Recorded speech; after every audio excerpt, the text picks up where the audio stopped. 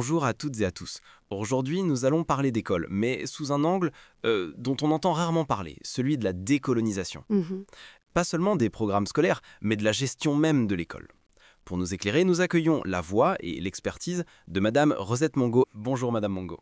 Bonjour et merci pour votre invitation. Votre travail porte un titre puissant, décoloniser la gestion scolaire. Oui, Pour beaucoup, la gestion scolaire, ça évoque des budgets, des horaires, de l'administration. Alors, qu'est-ce que la colonisation vient faire au milieu de tout ça? c'est précisément là que le problème est le plus invisible.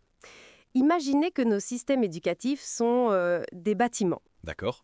La colonisation n'a pas seulement peint les murs d'une certaine couleur, ce qui correspondrait, disons, au programme scolaire. Non.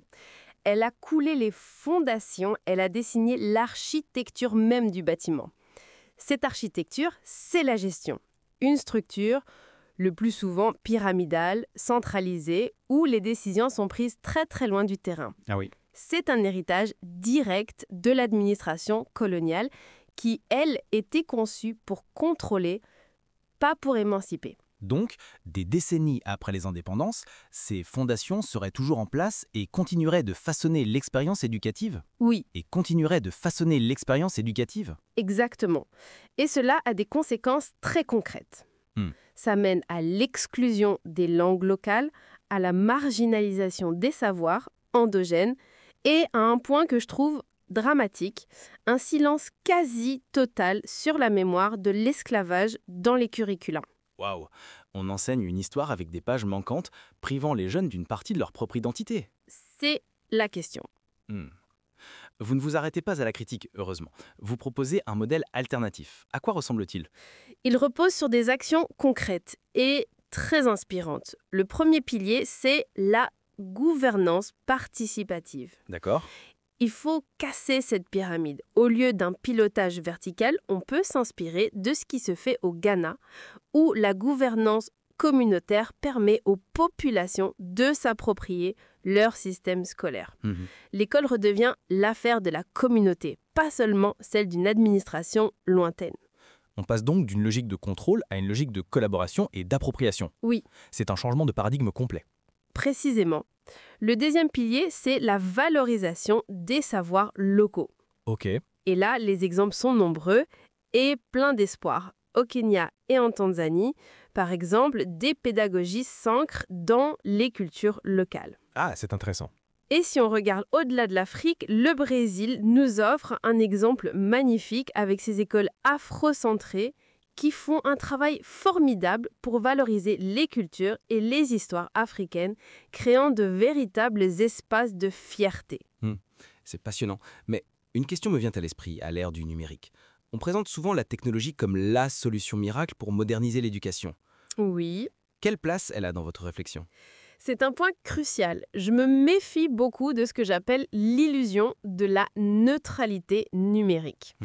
Une atout, une outre, mais jamais neutre.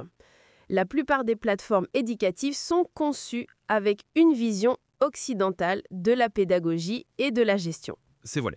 Sans un regard critique, elles peuvent devenir de nouveaux chevaux de Troie, enrichissant la standardisation et la dépendance. Donc la technologie serait un nouveau risque de colonisation des esprits? Absolument. Faut-il la rejeter? Surtout pas. Il faut se l'approprier.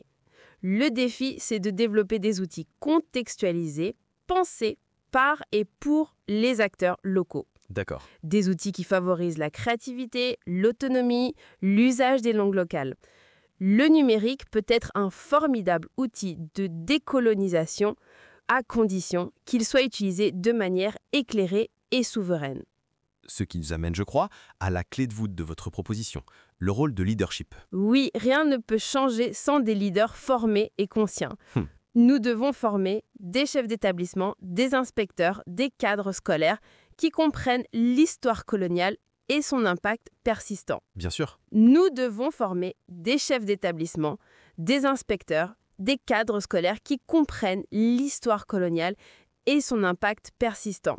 Des leaders capables de reconnaître ces rapports de pouvoir et de les déconstruire activement dans leur gestion de tous les jours. C'est un travail en profondeur. Sur les mentalités. Oui. En vous écoutant, Madame Mongo, On comprend que décoloniser la gestion scolaire, ce n'est pas un simple slogan. Non, C'est un projet de société concret et exigeant. c'est un projet qui pose la question fondamentale de l'avenir que nous voulons. Voulons-nous d'une école qui reproduit les inégalités du passé ou choisissons-nous de construire une école qui répare, qui inclut et qui enfin émancipe véritablement? Une école qui répare, inclut et émancipe. Merci infiniment pour cet éclairage aussi riche que nécessaire. Merci à vous. Et à vous qui nous écoutez, nous vrissons avec une question à méditer.